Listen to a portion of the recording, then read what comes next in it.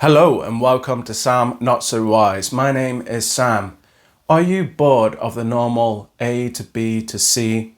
Do you want something a little bit more challenging? Want to use that noggin? Go from A to F to C to H, blah, blah, blah. You know what I mean.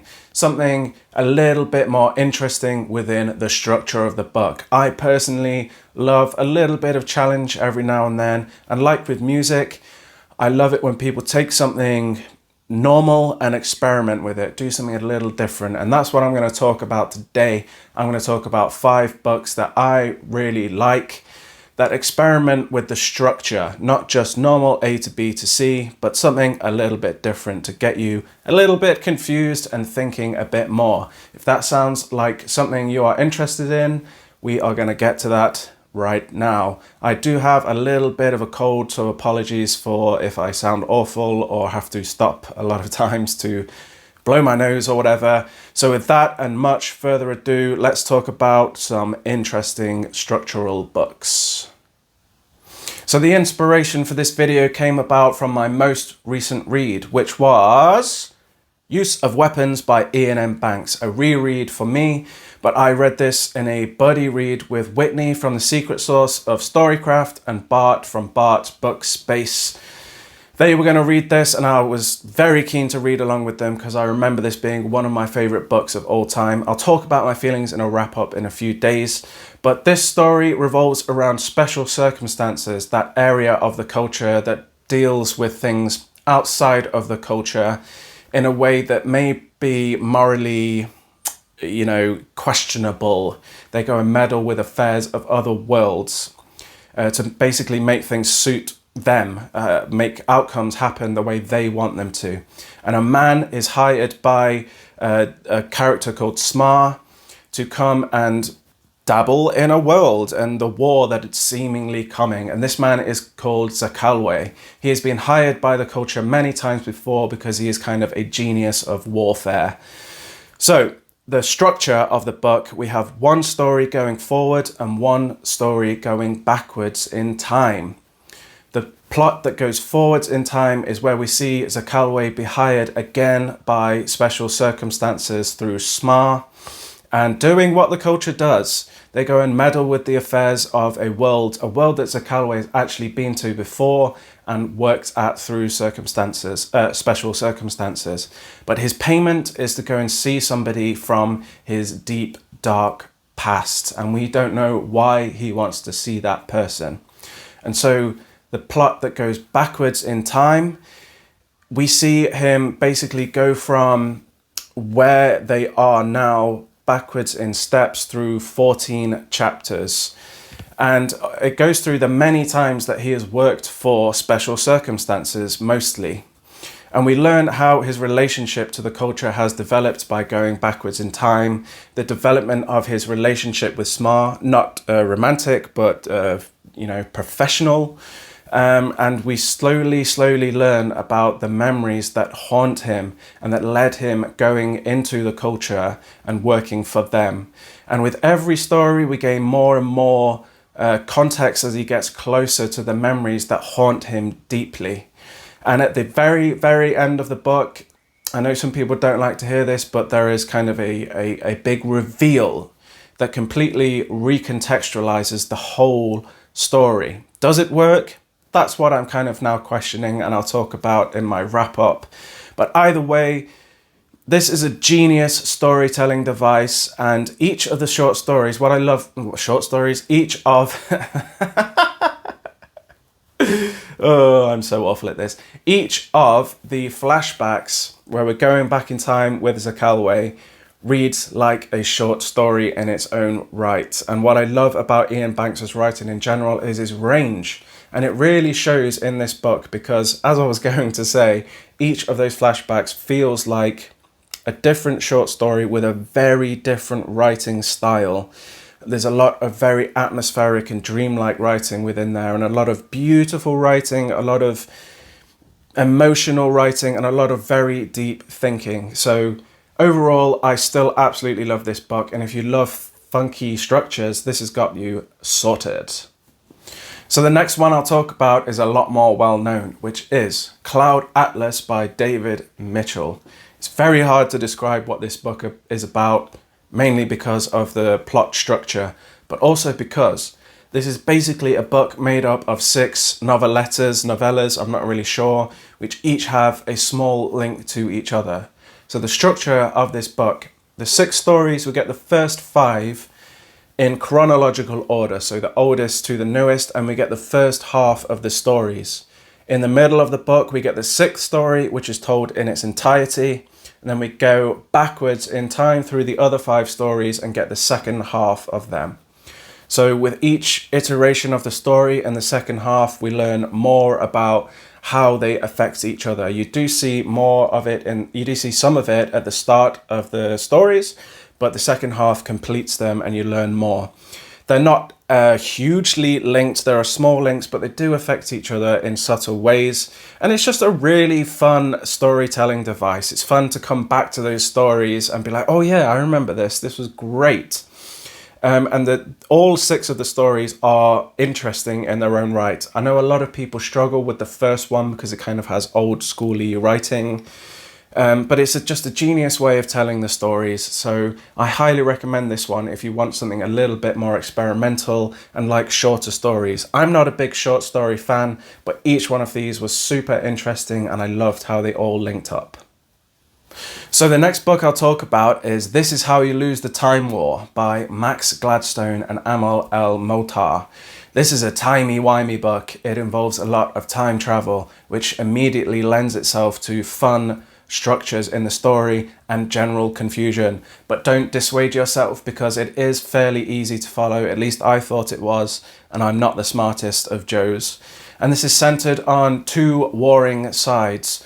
Both have the ability to travel through time, and they are fighting to change events to suit the future that they want according to their different philosophies. And they do this through special agents. We follow 2 special agents, one from each side, who start breaking the rules by communicating with each other through letters. The relationship starts as one of, basically enemies, and it builds up to being a relationship of mutual respect and eventually develops into a romantic relationship told through letters that they are sending each other through the timeline. And what happens is basically a huge cat and mouse chase, which develops into a wonderful relationship and a fun story, basically. So the story travels all over from the distant past to the distant future, different planets, different worlds. And so we get alternating chapters between the 2. So from one side red and one side blue. And the chapters always start with a letter and then follow with a little bit of general narration. It is fast-paced, it is very smart, and it is a very charming book. But it can be slightly confusing as we travel through the different timelines and they chase each other, leaving each other little hints and notes. It's really fun and I highly recommend it if you want something a little bit different. The next book I'll talk about is The First 15 Lives of Harry August by Claire North. And this is another timey-wimey book in a sense. So as you may have gleaned from the title, this man has many lives, Harry August. In fact, as far as we know, he has endless lives. He relives his life in a Groundhog Day kind of way, but it's more like a Groundhog Life because after he dies, he is born again and his memories are intact. Now, after the initial shock of this, the story starts to develop where, we get more confusion and trying to understand what's going on with him, and eventually he realizes that this is just part of his life and he starts trying to do something about it and finds other people who are like him. And the lifelines start to mix up in the story. It's not just first life, second life, third life, fourth life, etc. They start mixing up in a very interesting kind of way. So for example, in the 5th life, we might get a reference to something that happened in the 3rd or 4th, and then we might go back to that and see what happened and why it's affecting him. Now this seems like it could be completely pointless and just for the fun of messing around, but there is always a reason for it. You got to trust Claire North and the process because it's always done in a brilliant way. And then the real fun starts where we get an antagonist basically to Harry August. And again, like the previous book, there is a large cat and mouse chase through timelines. They each try and affect each other's next lives by sending messages basically back through time.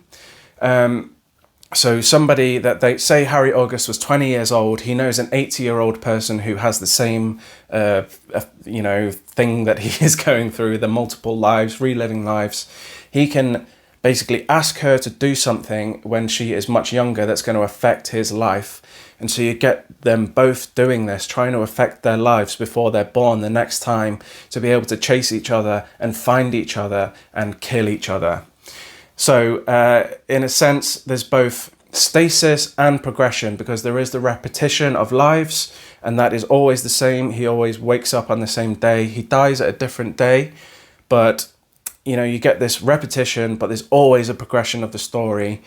And it was just such a thrill ride. This is a fast-paced book, kind of mind-boggling at times, but it's just a good romp. And I want to know, what would you do if you could relive your life many, many times? What kind of crazy stunts would you get up to in your next lives? So Harry August, the first 15 lives of, high recommend. So the fifth and final book I'm going to talk about today is actually not a sci-fi book. Shock! And that is Catch-22 by Joseph Heller. Now, it's been a long time since I've read this book, so I am going to be rusty on the details. The first time I read this book, I actually DNF'd it. I was way too young reading this, not in terms of content, but in terms of reading maturity. I was a teenager and I didn't have a clue what was going on, but I went back to it when I was older and absolutely loved it. This is a brilliant book, really holds up to a reread, so I really want to read this again at some point. And this is another non-linear book in its construction. It is a satirical war novel set in the Second World War, and we mostly follow the story of a man called Yossarian, who is a pilot. And the story is told from multiple POVs in the squadron that he works in, but it's told non-linearly, as I said, linearly. We have scenes that are repeated from other perspectives within the squadron, so you get a repeat of things that have happened, but from a blend of perspectives, which is really fun to see. And this non-linear story, the context of the stories are never fully explained, so you kind of have to puzzle stuff together. There is no hand-holding in this whatsoever, so it becomes somewhat of a puzzle, which, if you like, trying to use your brain and work out what's going on, it's really fun. The chapters are all very short and episodic, which doesn't necessarily help in the terms of the ease in which we are, understanding the story, but it all does come together if you pay attention. And this book is just absolutely full of heart and interesting relationships, humor, and deep thematic works to do with war and mental health. So yes, this is a confusing book, but it is a classic and very famous because it is brilliant. You just need to pay attention and maybe take your time with it. But I highly recommend Catch-22 by Joseph Heller. So that's the end of the 5 books I'm talking about today and the end of the video. If you've made it this far, I really appreciate it. Thank you so much. I apologize for my scratchy throat, and I'm kind of stumbly and bumbly in general, and it's just been worse today. We'll see. Maybe I need to delete this video and re-record it at a time when I'm better. Anyway, there I go. So thank you so much. Please like, and if you're new to the channel, subscribe. Let me know if you've read any of these books. I want to hear your thoughts on them, and I want to hear more about books with interesting structures. So if you have any recommendations, please let me know. None of these were fantasy, and I do read fantasy, so if you find any that are weird in construction in a fantasy setting, then I'd love to hear that, but just any would be good. That's enough rambling. Thank you very much. Goodbye. I'll see you in another video soon.